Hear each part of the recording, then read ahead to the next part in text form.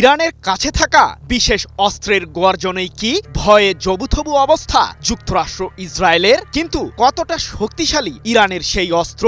যদিও সাম্প্রতিক সময়ে ইসরায়েলের প্রধানমন্ত্রী বেনিয়ামিন নেতানিয়াহু দাবি করেছিলেন যে পারমাণবিক অস্ত্র তৈরিতে ইরান সফল হলে মধ্যপ্রাচ্যে চরম হুমকির মুখে পড়বে ইহুদিবাদীদের অস্তিত্ব, আর পুনরায় যুদ্ধ শুরু হলে যে কঠিন পরিণতির মুখে পড়বে যুক্তরাষ্ট্র ইসরায়েলের যৌথ সামরিক বাহিনী, সেই হুঁশিয়ারি দিয়েছে ইরান। তবে কি এ কারণেই ইরানের বিরুদ্ধে হামলা চালানোর হুমকি দিয়েও সেই সিদ্ধান্ত থেকে বারবার সরে দাঁড়াচ্ছেন মার্কিন প্রেসিডেন্ট ডোনাল্ড ট্রাম্প? প্রশ্ন হলো, ইরানের সামরিক বাহিনী ঠিক কোথায় তাদের সেই বিশেষ অস্ত্রটি মোতায়েন করেছে?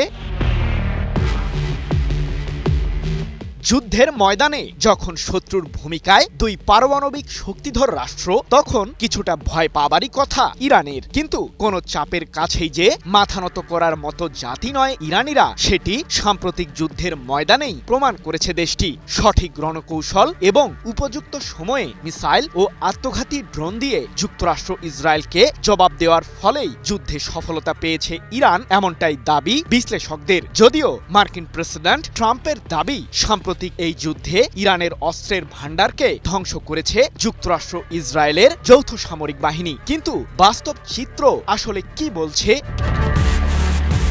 নিজেদের আগ্রাসনের মাধ্যমে ইরানের ক্ষেপণাস্ত্র ও পারমাণবিক কার্যক্রম ধ্বংস করার ষড়যন্ত্র করেছিল ইহুদিবাদীরা। কিন্তু কয়েক সপ্তাহের টানা ওই যুদ্ধের পরও নেতানিয়াহুর অভিযোগ, ইরানের কাছে রয়েছে বিপুল পরিমাণে সমৃদ্ধ ইউরেনিয়াম, যা দিয়ে পারমাণবিক অস্ত্র বানাতে পারবে তেহরান। এমনকি ইহুদিবাদী এই শাসকের দাবি, গত 15 মাস যাবৎ ইরানের বিরুদ্ধে যুদ্ধ না করলে দেশটি পারমাণবিক অস্ত্র তৈরিতে সফল হতো, যার মাধ্যমে মধ্যপ্রাচ্যে ইহুদিবাদীদের অস্তিত্বকেই বিলীন করে দিত তেহরান।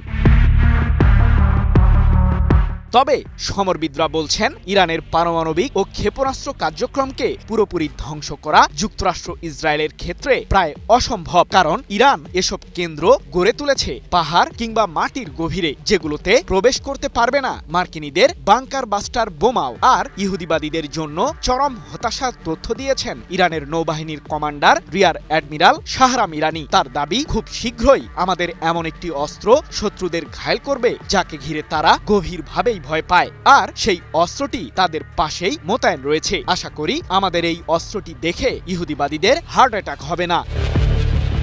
এই তথ্য পেয়ে কি চীনের কাছে সাহায্য ভিক্ষা চাইলেন ট্রাম্প?